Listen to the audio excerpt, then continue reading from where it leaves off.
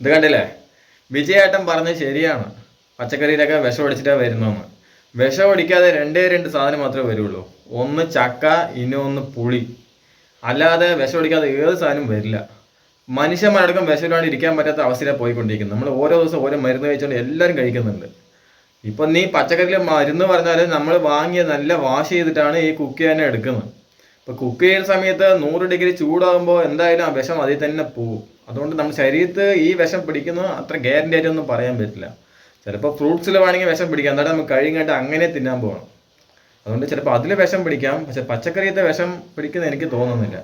ഇപ്പൊ എന്തായാലും നമ്മൾ പച്ചക്കറി കഴിച്ച് തന്നെ ആവണം. ഇപ്പൊ നമ്മൾ ഒരു അസുഖം, ഒരു വിറ്റാമിൻ കുറവ് പറഞ്ഞാൽ ഡോക്ടറെ അടുത്ത് പോയാൽ എന്താ ഫസ്റ്റ് പറയുന്നത് അറിയാം?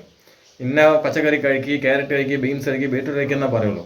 അല്ലാതെ അൽഫാം കഴിക്കി, കുഴിമന്തി കഴിക്കി, കുപ്പൂസ് കഴിക്കുന്നൊന്നും ഏത് ഡോക്ടറും പറയില്ല.